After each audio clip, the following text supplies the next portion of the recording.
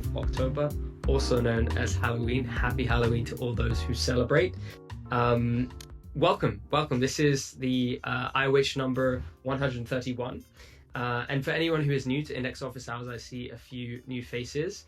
This is the town square where ecosystem participants come together and discuss the most important and relevant topics for the Index community.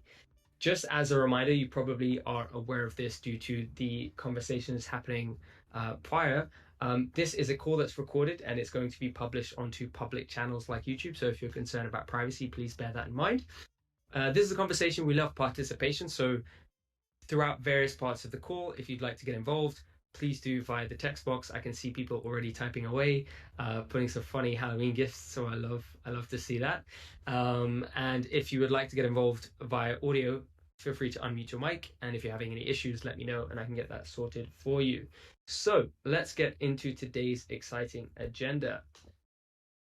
So for opening remarks, we have a special guest for podcast episode 114, that is 𝗨𝘀𝗲𝗂. So 𝗨𝘀𝗲 is a regular member of the Graph ecosystem, and this call, as well as the Graph Advocates 𝗨𝘀𝗲, I'm sure many of you know him. He's a wonderful man. As I said, he's a Graph advocate. He's also part of the Advocates 𝗨𝘀. And he's made many contributions to the ecosystem. And in this interview, 𝗨𝘀𝗲 talks a bit about his background, his experiences in competitive gaming, which I did not know he was involved in before listening to the episode, and also his role as a teacher before moving into the Web3 space. And he goes on to speak about all of the contributions he's made into the Graph ecosystem. So if you're interested to learn about 𝗨𝘀𝗲's background, I would recommend checking out that particular episode. And let me do this right now. I will grab the link and post it in the chat there.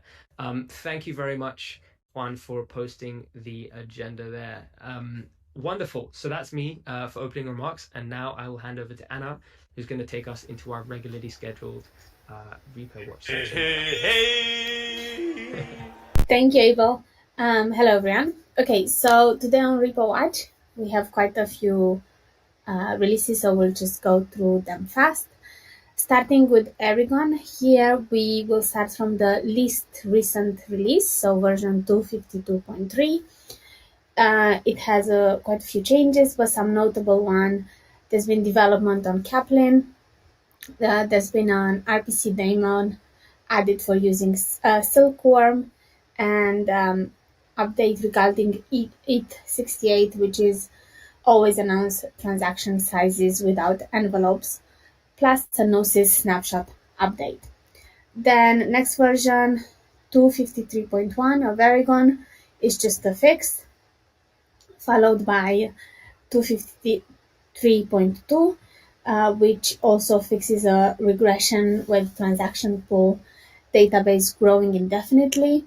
So what you need to know here is that if you already have a really big data.txt pool folder, then you should just remove it.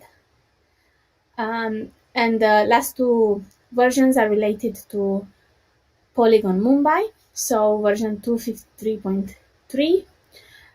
If your node is corrupted with errors such as wrong try root, you need to resync them. And 253.4 fixes a fork ID with Agra. That's from 𝗨𝗪𝗀𝗀. Moving on to Firehose Ethereum. Here we also have had 3 new releases. Again, started with the least recent. So 1.4.20 adds toolpoll RPC blocks command to launch an RPC-based poller that acts as a Firehose extractor node. And this creates light blocks without traces or ordinals. And it also adds a dev flag to start command to simplify running a local Firehose and substreams stack for a development node. Next version up, so 1.4.21, just bumps substreams to 1.120 with a small fix, and 1.4.22 fixes a regression introduced in the previous release, so please skip 1.4.21 and upgrade straight to 1.4.22. Um, we have also had a new release at Nethermind, so version 121.1, which is a hotfix release recommended for all network operators and addresses invalid block production issues related to Gnosis chain. We have also had a new release on Avalanche, so 1.10.14, with a bunch of fixes and deprecating a few flags, and a new release on Arbitrum Nitro. This is version 2.1.2, which fixes it create access list, which was broken and always returned method handler crashed on the last release. Moving on to consensus layer clients, we have no releases there. And finally, GraphNode. So last week we talked about the new release 0.33.0, release candidate 0. This week we have same changes released as the stable release 0.33.0. So I won't go through all of those changes because we already covered them last week, but yeah, this is the stable release of that. And that's all we have for this week. And Matthew's letting us know that they've already deployed the latest Firehose Ethereum and Firehose Near. Thank you. And yeah, I don't see any more comments. So Matthew's asking if anyone has tried to put the GraphNode 0.33.0 in production yet. We haven't, but let us know if you have. And with that, I'll hand over to Juan. Thanks, Anna. Cool. So getting into Protocol Watch, we have a few things to cover today. First of all, from governance, as always, we are introducing the newest council member, which is Adam Fuller from Edge and Node. Probably many of you know Adam from, well, being very extremely active in the community. He's going to be replacing Brandon, as I think Brandon is going to be an observing member in the council. Next up, we have 𝗨𝗲𝗂𝗂𝗧. This is, of course, the always controversial topic of replacing bonding curves with indexing fees. There have been a few criticisms and also a few supporting voices, mainly core developers, that are a little bit more aware of Horizon and other changes. But the obvious criticism is Horizon is not super public yet, so there's like a lot of things that are just assumptions now. So I think, if I recall correctly from the thread, today we're going to have a presentation that hopefully clears a little bit some of those concerns. Next up, we have decimal smart chain integration. I think Matthew was asking a few things regarding like how to run it and how to get peers. The team seems to have responded, but most of the peers that they have sent are apparently not working.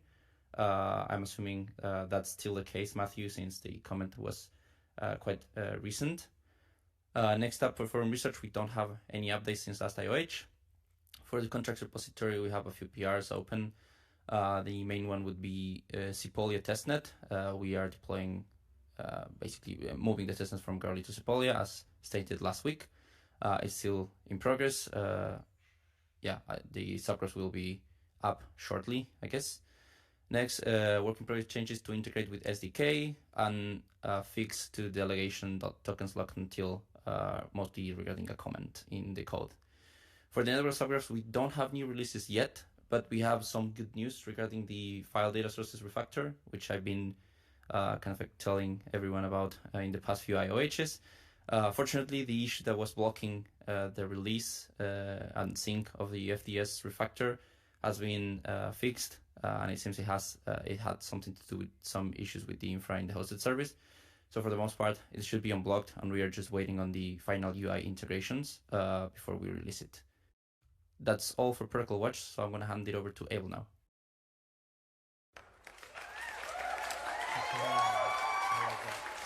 Let's make this call much better. Thank you very much, Anna and Juan, for your sections there. Cool. We've got a couple of announcements before we get into the main chunk of today's episode. The first one is I want to turn it over to Vince, and without spoiling too much, I'll let him get into what the announcement is. It's quite exciting. Hello, everybody. Happy Halloween. So I've got some exciting news. I've recently joined up or teamed up with Pinex as their new SRE. So if you're those who know me, you know how much I geek out about blockchain infrastructure. So I felt like joining Pinex was the perfect move to contribute more on the bleeding edge side of things. And for those that may ask, yes, Notify will still exist. Yes, I will still run it. It's not going anywhere. And I just wanted to say these 3 past years have been an incredible ride.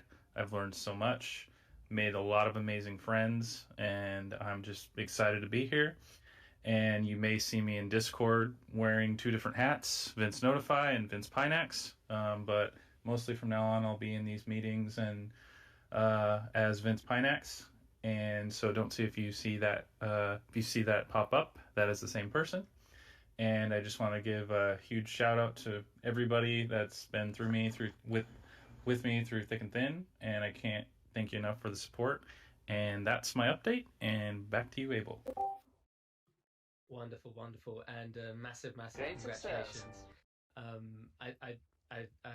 I'm super excited for you, and I think you'll be a fantastic addition to the Phoenix team. They're super lucky to have you. I think it's going to be a fantastic journey ahead. Wonderful. So is Nick in the house, or anyone from the foundation? Nick is not here. There was an announcement that Pili and I discussed about speaking about today. Pili, just to check in, is it Nick from the foundation that wanted to do the announcement? I suppose this, but I'm not sure. We can share the tweet and comment maybe. You broke up for me the last minute, but all I'll do is I'll paste the link to the Twitter here. Oh yeah, perfect. You've done the same. Great. I'll delete mine. And then that's the announcement there. Go check it out. I'm assuming Nick will come over at some point to kind of go into more detail. So we'll leave it there. Okay, cool. Now we move on to the next section, which is board watch. So Paco, if you're here, fire away. Everyone, can you hear me? Yes, loud and clear.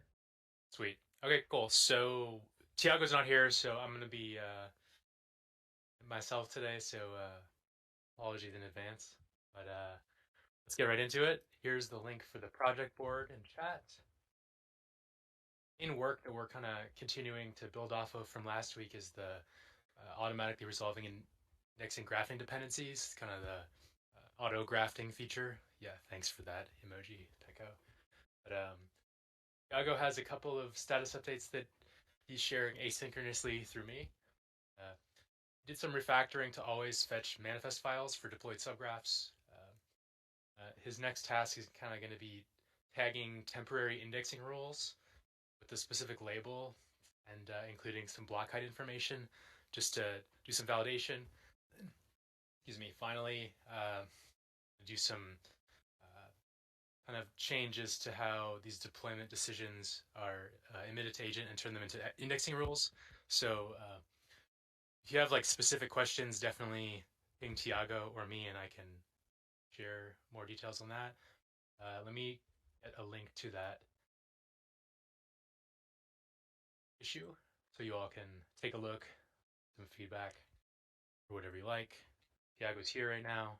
If he has something to say, please mute. But let's go Tiago.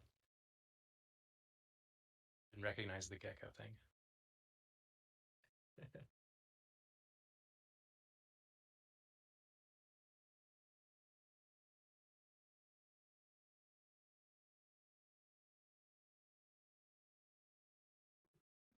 Looks like Tiago's unmuted, but we can't hear him. You should have the ability to speak, Tiago, but if you don't, or if you're having any issues, let me know in chat, and I can try and get that sorted. Yeah, while Tiago's kind of getting that resolved, next up in our work is doing some tweaking to optimize the reconciliation loop. This is something that's kind of emerged post the multi-chain experience as some kind of inefficiencies in them, and so we're working on making that a little better by replacing a library with a more industry standard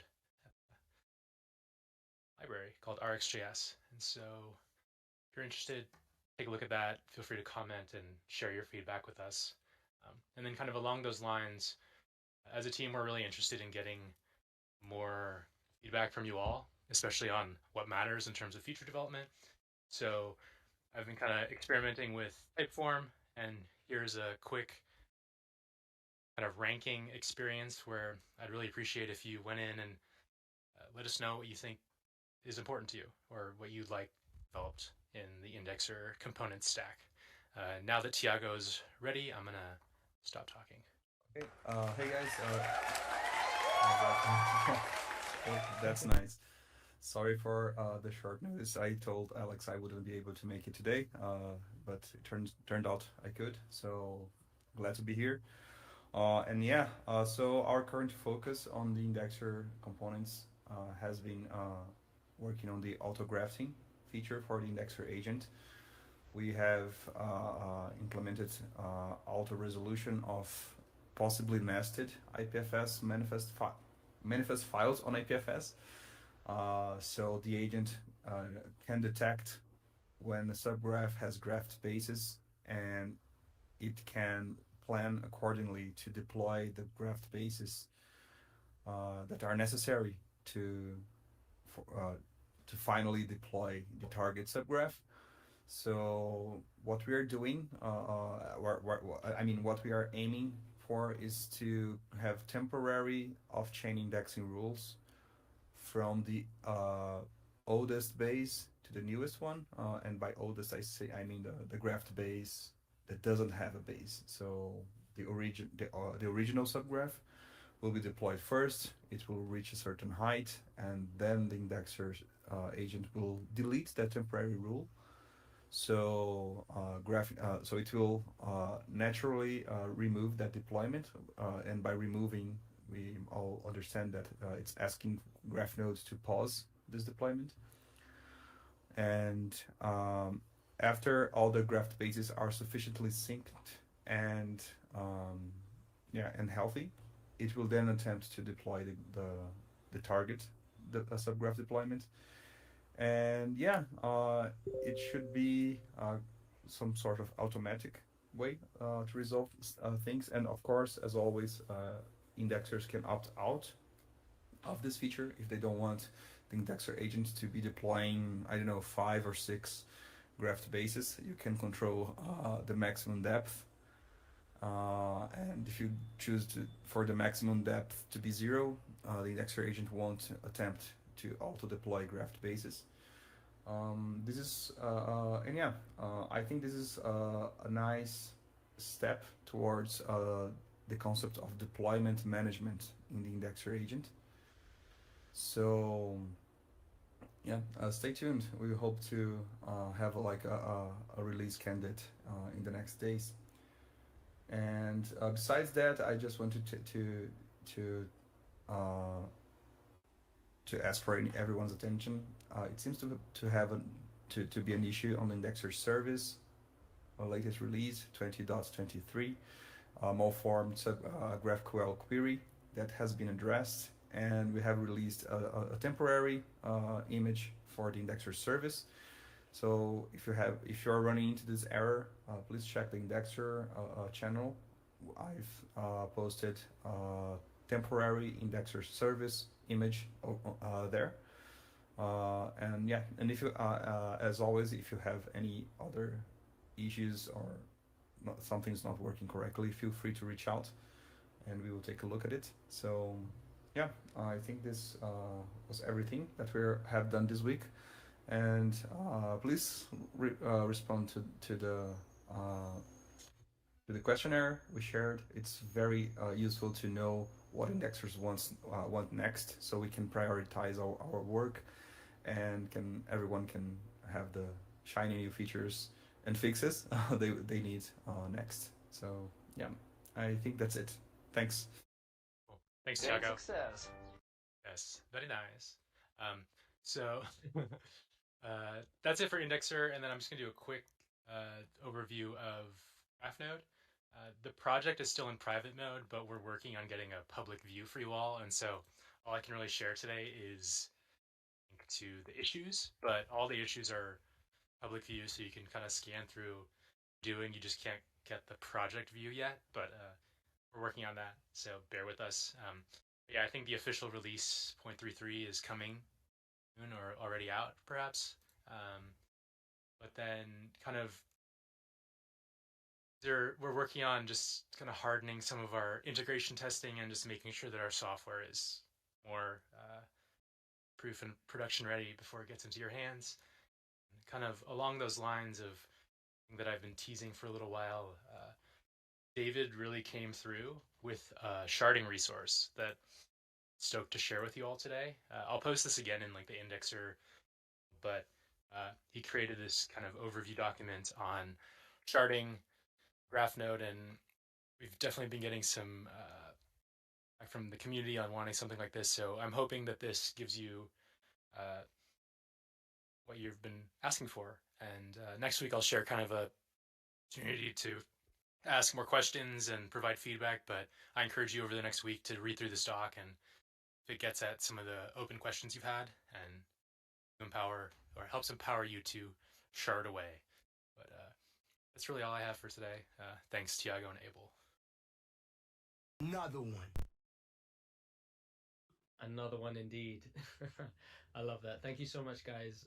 As I always say, you guys are a fantastic example of a team that's constantly seeking feedback, and so you know, I'm sure you know, the community is going to be great at providing that feedback so that you guys can build what you need to build for the indexers.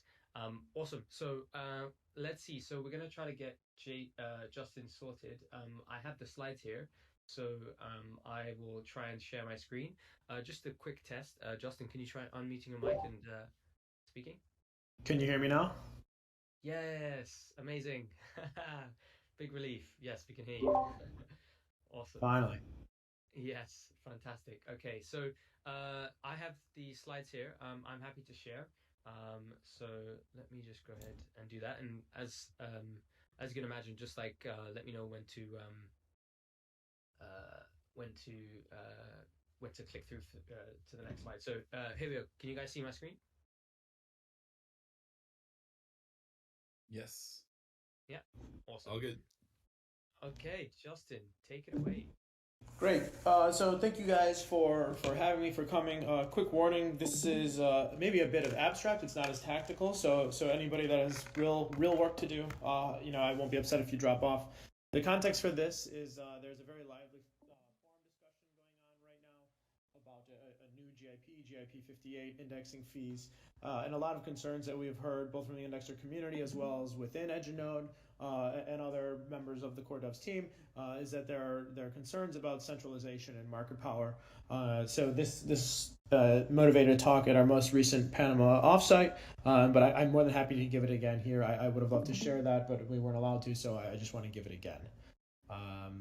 So, and just so you guys know, I'm Justin. I'm an economist at EdgeNode, and you can reach out to me anytime. Okay, next slide. So again, the motivation, we can skip this slide. There's been a lot of claims about market power, so we wanted to kind of clear up what market power is. So the goal of this talk is, what we want to do is we want to, you know, really figure out where market power comes from that leads to monopolies, the biggest guy taking over, ruining all the benefits of centralization, the benefits of decentralization. But what we also want to do is we want to highlight the policies that Graph can adopt to eliminate these inefficient sources of market power, preserve the benefits of decentralization, and maximize, you know, the welfare of everybody within the Graph community. Okay, next. We'll probably skip the history just for time's sake. We'll go through sources of market power, and then we will talk about the most important thing, what the Graph can do, and then we'll talk about the prospects of something that we're going to call a natural monopoly within the Graph. Okay, go ahead. You can uncover the slide. Yeah. So if I say decentralized platform, what I mean here is something like the Graph. It's a two-sided market where the product feature set includes robustness, censorship resistance, and unstoppability. I just want to make sure that everybody has their different definition of decentralized. When I say decentralized for this case, that's what I mean. We can talk about different definitions later. And market power, this is a formal term, and what it is, it's the ability of a firm to charge above its marginal cost, to make excess profits, and it usually implies something is bad. So when the firm has market power, they could artificially limit production, raise prices, and artificially keep out other competitors from bringing those prices down. So that's what we're going to mean when we talk about market power. I also do welcome questions during. Again, I know time is tight, but I do welcome questions during if anybody does have any questions. Okay, you can go to the next slide. Next slide. You can uncover. So basically, just really quick in history, there's been 3 phases of market power, at least as it's considered in the United States. The first is like big is bad. Like if you're a big company, you are bad and we need to break you up because it's bad for the economy. Another one is, well, you're only bad to the extent at which you harm consumers. And then there's a new movement going on right now that says big is bad because of X, Y, and Z. This includes things like systemic risk and inequality that are some of the benefits that decentralization claims. So next slide. I do just want to highlight that this is a very difficult question. So this is a ruling in the big is bad era. But it says, and this is in the United States, the court cannot fail to recognize Congress's desire to promote competition through the protection of viable, small, locally owned businesses. Congress appreciated this occasional higher costs and prices might result from the maintenance of fragmented industries and markets. It resolved these competing considerations in favor of decentralization. We must give effect to that decision. So this trade-off between efficiency within a platform and the benefits of decentralization to the larger ecosystem, it's not a new question and it's not an easy question. So it's one thing I wanted to highlight, that while we're all in the forum and we're talking about centralization vectors and who benefits and who is hurt by those things, this is a very hard question that many have acknowledged before. Next slide. Okay. So the main sources of market power can all basically be classified into something called a barrier to entry. You can go to the next slide as well. So nobody really even has a good definition of a barrier to entry. So instead of just talking about barriers to entry broadly, we're going to jump into maybe the 4 or 5 biggest barriers to entry, see what they look like, and then talk about what the graph can do to remove these barriers to entry. So everything here will roughly be called a barrier to entry. So one of the original, or one of the most prominent sources of market power is if you have exclusive access to a limited resource. This is the easiest one to understand. OPEC has access to oil. De Beers has access to diamonds that nobody else has. There have been other cartels in the past. Keeping a cartel together is a different story. In and of itself. But the fact that if you have a single entity that has access to a limited resource that is demanded by others, then they can, in fact, have market power, earn monopoly profits, and yield to give rise to an inefficient outcome within your economy or your system. So large capital outlays. So it's very easy to enter industries where you don't need a large capital startup, but something like aircraft manufacturing, utilities companies, or natural resource harvesting, mining for ore or oil extraction. This requires very large capital outlays. There are costs in getting that funding, convincing investors, the cost of capital that goes into it. This can lead to a barrier to entry. It can make it difficult for for a challenger to come into the market to challenge an incumbent, and because of that challenge, the incumbent can charge higher prices than are socially optimal and yield market power. Next slide.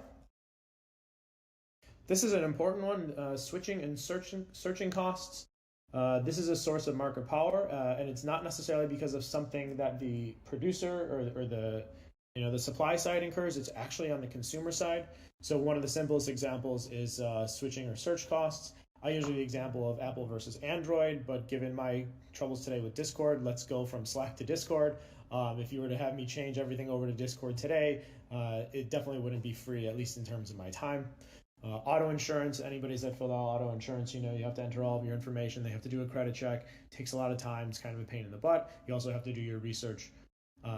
Banking and consumer lending, if you have to, for example, refinance your house, there's fees in switching your lender, and also just traditional index funds that doing a research, switching a broker, that there are fees. So now what this means is if you're an incumbent in a market and you know that there are switching costs, you could raise your price because you know that your consumers won't go away from you because it costs them a lot to actually do this switch, even if the products are identical. Not sure what that was for. But if there are switching costs, then this could yield to market power. You can go to the next slide. So a network effect, this is something, again, it's a formal definition. It occurs when the value to one user increases in the number of other users. This usually creates a winner-take-all competitive environment. The most common one example here that you'll usually read about is social media. So nobody wants to be on Facebook by themselves. Not sure these days anybody wants to be on Facebook at all, but at least the value claim is that the benefit to being on Facebook, or any social media, of course, increases with the number of other users because that's the content that you want to interact with. Online marketplace, user review sites, it's better to have more people on a review site because you get more information from more people contributing. And then there's also some software because it has the ability to coordinate among different agencies or different groups. So if everybody does standardize on the same software, that could create a network effect because it limits the coordination cost between people using the same software. Okay, you can go to the next slide. So product differentiation and the availability of substitutes. So this says, how can if a firm or a provider of any product can differentiate their product in a way that others can't also copy, that they can then earn market power. Easy example, for example, is pharmaceuticals. That's actually a government granted monopoly when you're talking about patents and licensing. There's trade secrets, Coke's magic formula. There's trend and brand recognition. This is one that's a little softer, but sometimes people just are loyal to certain brands, and that actually is a source of product differentiation. Just knowing a brand becomes the differentiation. And there could simply just be a large product space. So the simple example here is ready-to-eat cereal. If we assume they weren't all created by the same person or the same 2 or 3 companies, General Mills, Kellogg's, or whatever it may be, it's actually more profitable for challengers to come into a market and have a slightly different flavor. So instead of competing with Cocoa Puffs that's already in the market, create Lucky Charms, so that way you're capturing a different customer segment. This could actually lead to market power because it's not worth it for the Cocoa Puff producer to also compete in Lucky Charms. It's just better for them to keep producing Cocoa Puffs and dedicating their resources to Cocoa Puffs. So there can be what we would call local monopoly power here. So it's not dominant in the entire ready-to-eat cereal, but among the small chocolate puffed market, you might see some monopoly power there. Okay, you can go to the next slide. So economies of scale. So economies of scale occur when firms get better and better at doing something the more and more they do it. This could happen because, for example, there's just bulk production discounts. This happens in chicken processing. That's the example I gave. I'm sure there are better ones. But there's also production know-how, so that just by doing something and producing a service or a good over and over again, there's learnings and innovation that allow you to reduce your costs as you continue production. And of course, real quick, economies of scale basically is a barrier to entry because it says, well, I spent all this time, I'm really good at doing X. You just started, you don't know what you're doing. It's going to cost you a lot more unless you really work as long as I did. So maybe this potential challenger to a market wouldn't actually enter because the incumbent has so much know-how and they can do everything much cheaper. Okay, quick high-level aside. Market power doesn't necessarily imply high concentration and vice versa. So cereal has low concentration but low market power. Cereal has high market power, low concentration. Aircraft manufacturing, there's only about 2 firms, but they don't have a lot of market power because they're competing very difficultly with one another. So even if it's really just Boeing and Airbus, think of consumer aircraft manufacturing. There's only 2 firms have most of the market, but they don't have much market power because they're competing with one another. The features I mentioned, they're not sufficient for market power. They're only possible sources. And the other thing that I mentioned is that it's important to distinguish between localized versus global market power. This is, do you have a monopoly in the small chocolate puffed cereals versus, do you have a monopoly in all ready-eat cereals? It's an important distinction that we're going to talk about in a second. Okay, you can go to the next slide.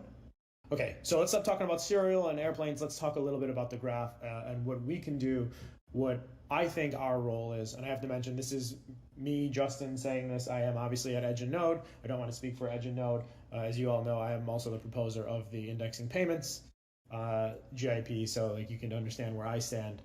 But I just have to mention that this is what I believe the graph should be doing to limit market power. Okay, go ahead. Next slide.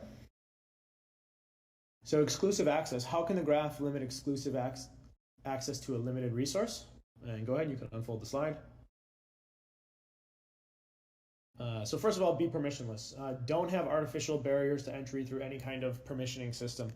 If somebody sees a profit opportunity because somebody is actually being a monopoly, don't have permissions that stop them from competing those monopoly profits away. Secondly, by limiting the impacts of stake on market outcomes beyond what is demanded. So stake is not necessarily a bad thing. Stake provides security. We know that. The problem is if a system becomes over-reliant on stake, stake capital itself is a very limited resource. And if a certain number, if stake gets concentrated among a certain number of participants, that can lead to market power. So what we can do is we can limit the impacts of stake on market outcomes so that stake is not so there's not as much of an incentive to hold stake for non-productive purposes. Again, I need to say stake is productive in some ways, but we need to make sure that it's balanced in the right way and limiting kind of the excess dependence on stake. So how can the graph limit large capital expenditures? Go ahead, you can unfold the slide. And remember, this is the case of starting a utilities company or an aircraft manufacturing. So we need to be very rigorous about our documentation, how to optimize hardware, so indexers and other data providers can use the cheapest setup to fulfill their obligations. A more technical one is provide products that transform fixed costs into variable costs. So in my very limited technical understanding, a lot of the costs are with running Firehose or running Node. If we can transform those fixed costs into a variable cost, that'll limit the large capital expenditures that an indexer would have to undergo to be able to enter a market and compete. And facilitate a secondary market for hardware. If hardware can be resold to other indexers that possibly would use it for a different purpose or in a different geographical region, then those large capital expenditures are not as big if you can get some of that expenditure back down the road. Okay, how can the graph limit switching and search costs? This one is probably one of the most important. Go ahead. Be militant about standardization. So we need to make sure that any product or data service, that there's really no difference between the provider. We need to make sure that everything is standardized, that there's that the ability to switch is really just something that's going to go on behind the scenes for price and efficiency purposes, not for other purposes, especially ones that are artificial. What I really mean about standardization here is also like standardization of UIs. We can also provide tools that automate switching. So if a consumer doesn't have the capacity to always be monitoring who's the best indexer at which price, if we could provide tools for that, we could limit market power of the big guys that would, try to come in and say, okay, I'm going to charge this higher price. As long as we have a tool that's constantly paying to make sure, that there are no competitors at a lower price, then he'll never be able to charge that higher price because there'll always be competitors waiting in the wings. And finally, create simple search interfaces so that consumers can easily discover prices. One of the problems we're facing is something called price discovery. We really don't know what prices are, what prices consumers are willing to pay, and this is difficult for us right now. So if we can create simple search interfaces and mechanisms within the protocol that make prices easier to see and information asymmetry more broadly, quality of service, if we reduce those information asymmetries, we could reduce the switching costs, make it very clear what a consumer would get if they were to switch, and that could limit market power. Holding that information private by claiming that possibly you're a very good indexer, but you're really not. If we can make that information more public, that would reduce the market power from the large market players. Go ahead. So what can the graph do to limit the network effects of a single indexer? Yep, you can unfold. I don't think there's much actually of a network effect to a particular indexer. There's definitely a network effect as we're hoping to build on the graph that, the more people use the graph, the better it is. But, I think there's also kind of a negative network effect going in for a single provider, because that's just more resources getting divvied up less. So in fact, it would, like, a consumer would love it if they had full access to the index, like if they had all the capacity of every indexer stack. But of course, when indexers serve more consumers, that capacity gets split up. So I don't think network effects within the graph among consumers and indexers or consumers and data providers is necessarily a strong force here. Of course, again, like I said, we do want network effects for the graph. We want to make sure that as more people use the graph, the better the graph is for everybody involved. Okay, so what can the graph do to reduce local monopolies arising from product differentiation? So everything I've talked about is kind of what can we do to reduce global monopolies. We also want to reduce local monopolies, but there is a trade-off here. Product differentiation is good, but we want there to be competition within each kind of differentiated product. And go ahead, you can unfold. We need to subsidize trust. Trust is going to be one of the most important features, especially when it comes to reducing switching costs and removing barriers to entry. So as the graph, what we can do is we could subsidize trust for new indexers to say, you know what, you haven't been in the network for a long time. Let's find ways to make it easy for you to gain trust as you ramp up. We can keep source code public and open. If there's no trade secrets, it's very difficult to maintain a local monopoly for a very specific problem, very specific product. Doesn't necessarily, yeah, we'll come back to that one. Reduce product quality uncertainty by providing performance statistics. So again, if the differentiation and the differentiating markers are clear, that could limit market power. Again, what's really the problem was when they all get lumped into one bucket. And also, we should allow indexers to offer multiple products to facilitate localized competition. So an indexer, as we imagine, possibly down the road, there may be different quality of service tiers. That's something that you can imagine happening. We shouldn't force an indexer to only be one of those. They should be allowed to offer products in any tier. And what that does is it facilitates competition not only across tiers, but also within tiers. So this one's a bit nuanced.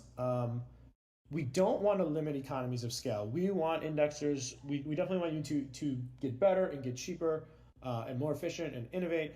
That's definitely something that would be good for the ecosystem. It's the only way the graph is going to survive when our centralized competitors are also trying to do that. So we don't want to limit economies of scale, but what we want to do is we want to make sure that these economies of scale are widespread. And go ahead, you can unfold. Again, this is all about education, community outreach, something like that we're doing now, and documentation. We need to make sure that the cost-saving techniques and the innovations don't remain private to particular service providers, that those are shared broadly with the community. Okay, next slide.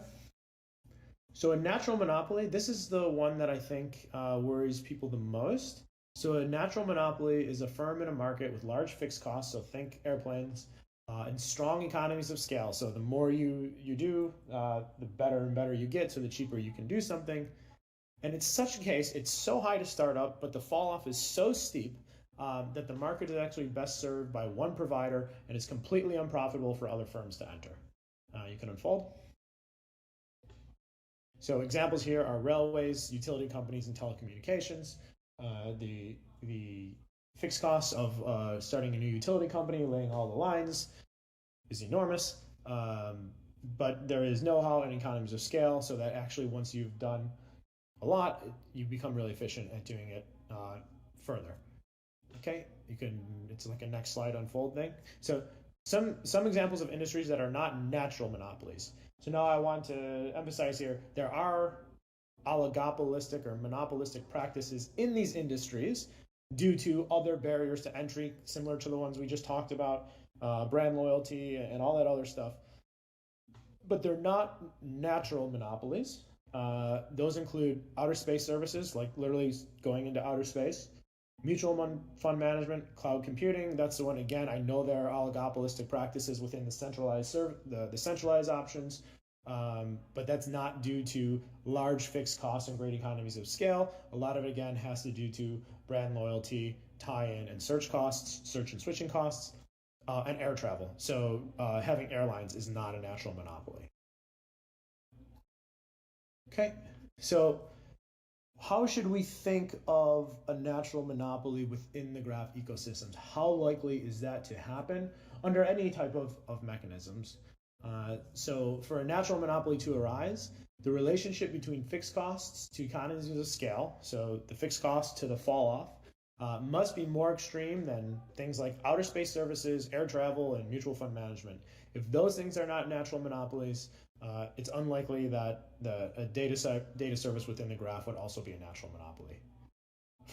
Moreover, one firm or one data provider must gain economies of scale and high fixed costs on all product dimensions. So quality of service, location, redundancy. Again, there may be localized monopolies, but for there to be a true natural monopoly within the graph, there would have to be economies of scale on all service dimensions. And the kicker, I think, is this last point. There must not be sufficient demand for decentralization. If consumers are willing to pay for the benefits of decentralization, then the market is, by definition, best served by many firms and thus not a natural monopoly. So just the fact, by showing up, by being another option, that's sufficient product differentiation to prevent a global monopoly. Of course, the key here is, are the consumers willing to pay for multiple indexers? We don't know. But if there is demand for the benefits of decentralization, then just the mere fact that consumers demand redundancy and resiliency is enough to guard against monopolies, because just by being the second person or the third or whatever it may be is enough to differentiate oneself from the main provider. Okay, you can go to the next slide.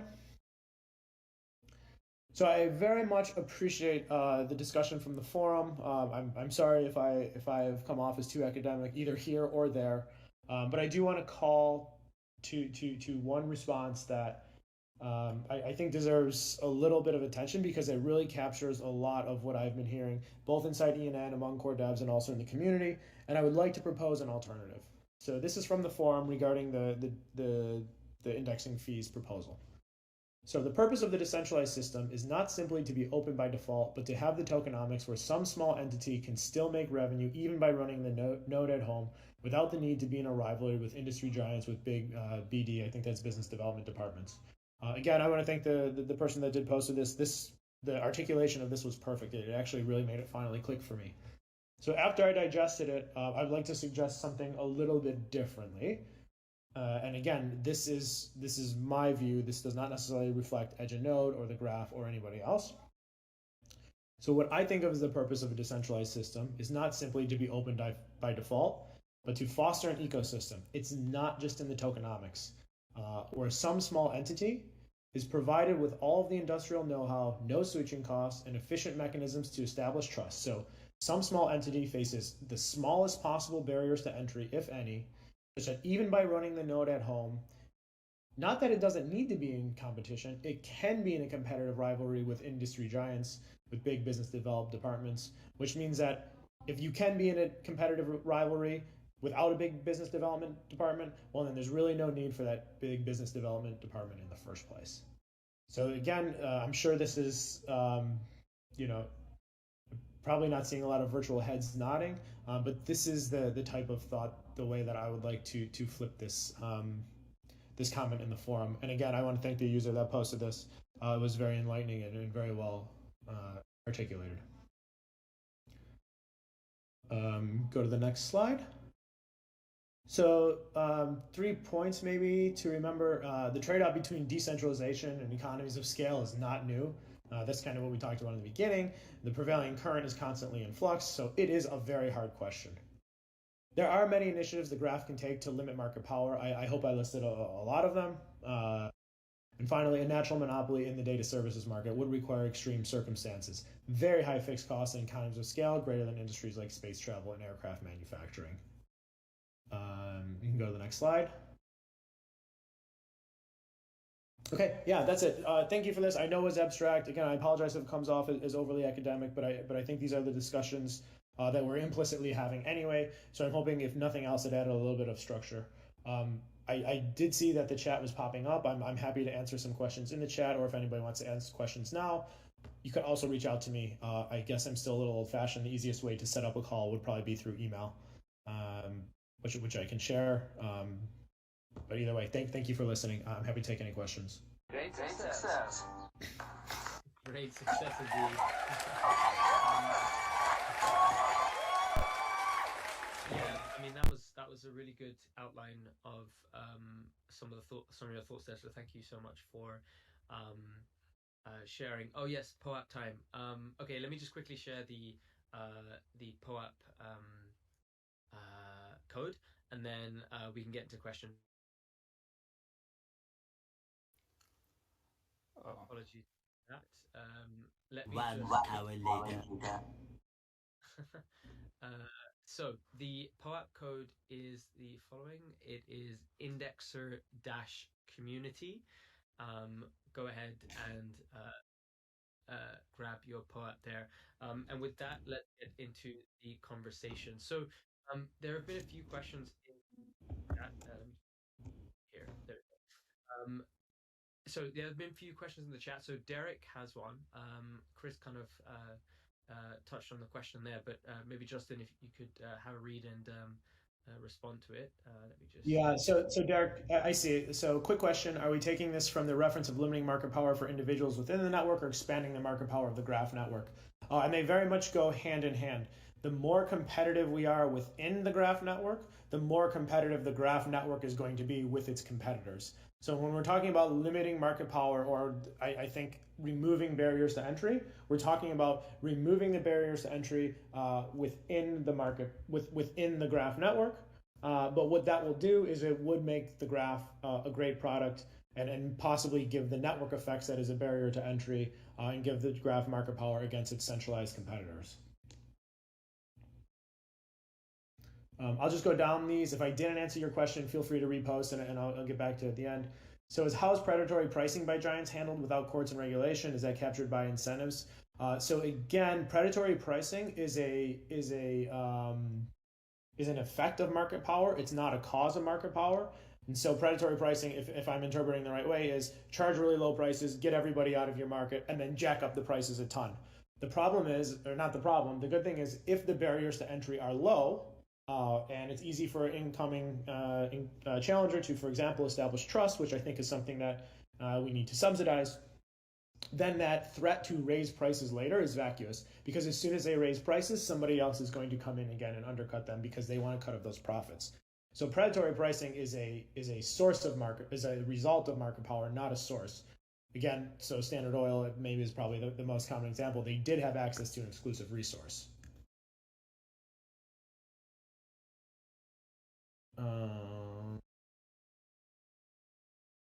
There have been a few people who've just raised their hands, so like Marc Andre, for example.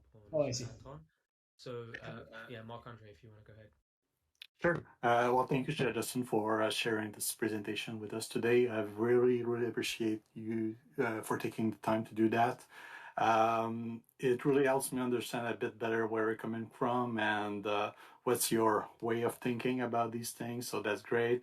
And I can also understand maybe some of the enthusiasm that it looks like people came back from Panama with. So that sounds good.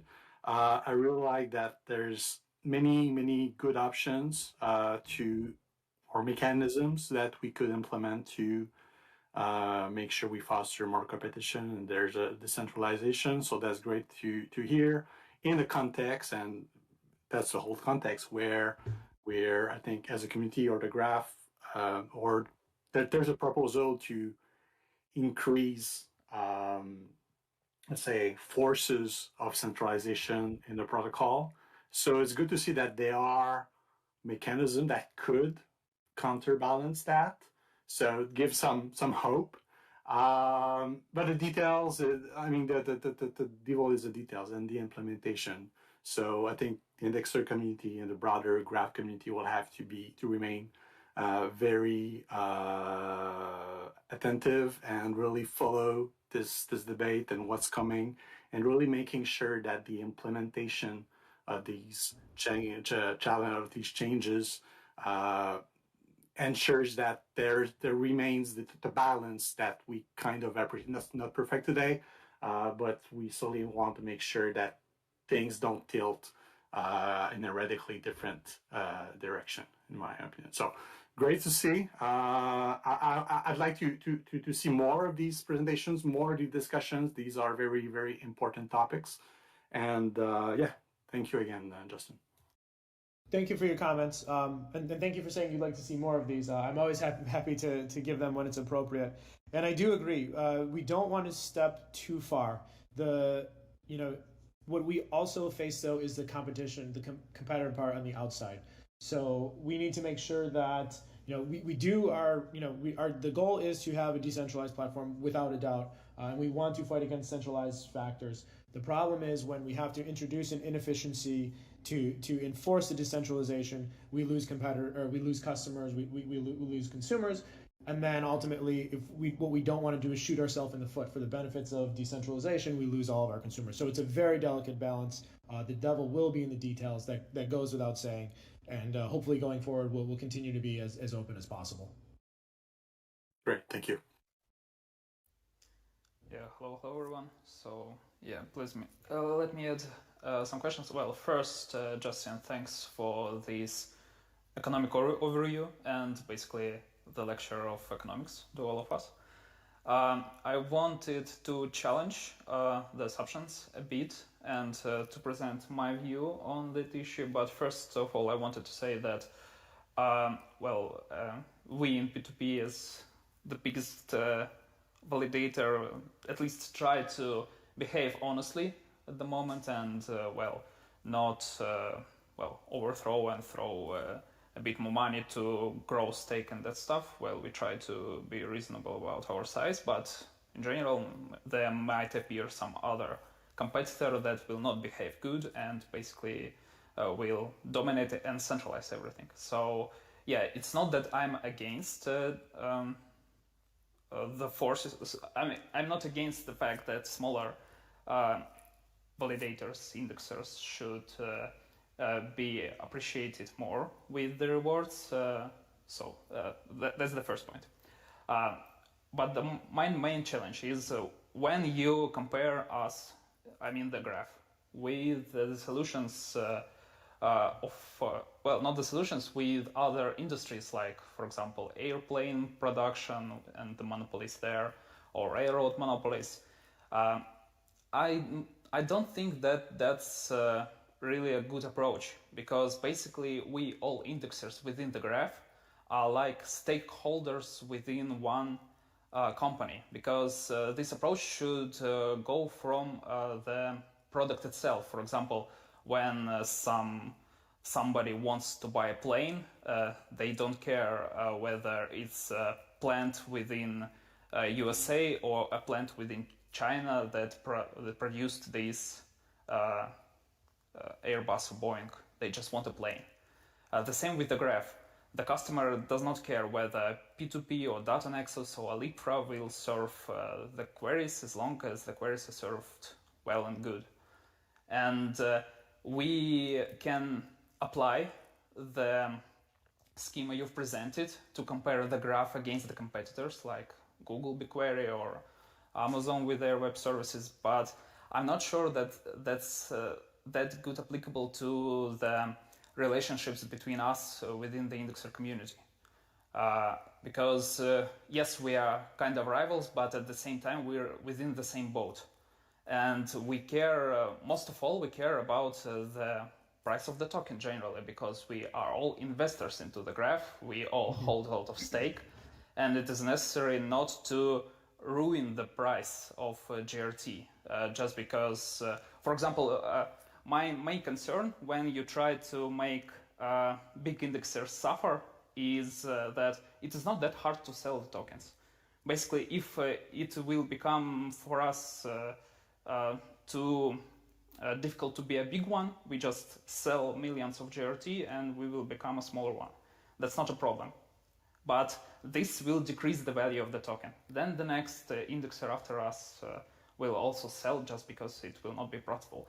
And well, that's our, well, at least my main concern. We should think about the token price and the value that the staking token nature should present. Basically, staking tokens are like shares within the company. And most of all, we should care about the price of that shares. And if an investor buys 100 million GRT and then he realizes that, or he or she realizes that they will start earn less just because they acquired that much, that will limit the the pump pressure, let's put it this way, pressure from the down, to pump the price. And yeah, I'm totally for the increase of decentralization, but not in the way that might hurt the token price, because in the very end, we are all investors here. And I think we should be considered as one entity, one graph against others, and not us against each other. So yeah, thank you.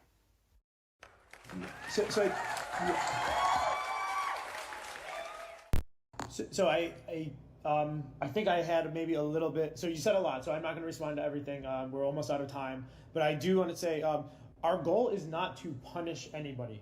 Our goal is to maximize competition. And if some indexers are really good at what they do, we do want them to be rewarded. So the idea of, you kind of brought up punishing the big ones. That was not the message I was trying to convey, and I hope that's clear. We just want to make sure that if somebody does get big, that they are not maintaining that status through artificial non-productive reasons. So that's the only thing I want to clarify. I'm happy to follow up. You did say a lot, and I'd be happy to have a longer conversation either in the forum or a one-on-one later.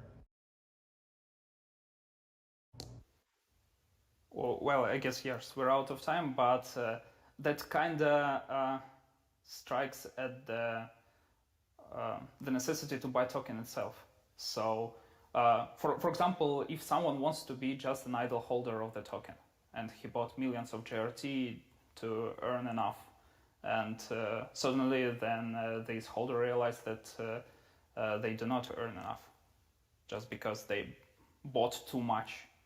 This will disincentivize to buy a lot of GRT. Thus, this will lead to the decrease of the price of the GRT. And that's not what we want. So, I'm not sure that big GRT holders are the correct enemy within this whole thesis. But obviously, you all may challenge me. That's something I'm 100% sure.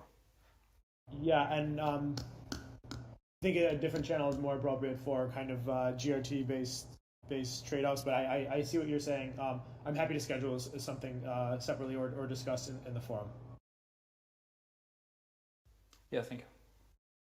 I mean, if there's appetite, maybe, the GRT conversation, as you mentioned, Justin, could be in another forum, but if there's no appetite to have a conversation on this, we can follow up next week and have an extended discussion, more of a Q&A on this, because it's obviously a very important topic. So yeah, if there's demand, we can try to get that sorted. I would be happy to. Amazing. Cool. Any final thoughts, questions? Before, I guess. Oh, actually, we're over. Let's package it for tomorrow. For next week, sorry. I want to say a massive thank you to each and every one of you for attending today's conversation. I learned a lot. This is obviously a very important conversation. I want to say a big thank you to Justin for going into great detail with the presentation there. It was incredibly enlightening, and I hope others felt the same as well. And yeah, I'm going to wrap up today's conversation. Thank you, Justin. And thank you all. And we will see you all again next week for what I hope is a continuation of this discussion. Seems like there's a lot to discuss here. So let's lock that in. Cool. See you all again, same time next week, 6 p.m. UTC.